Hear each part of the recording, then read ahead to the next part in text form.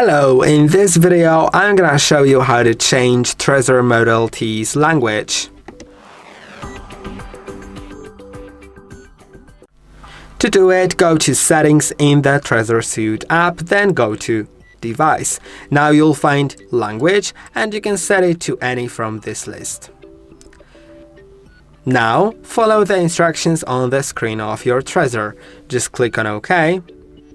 Wait a moment, it'll change the language.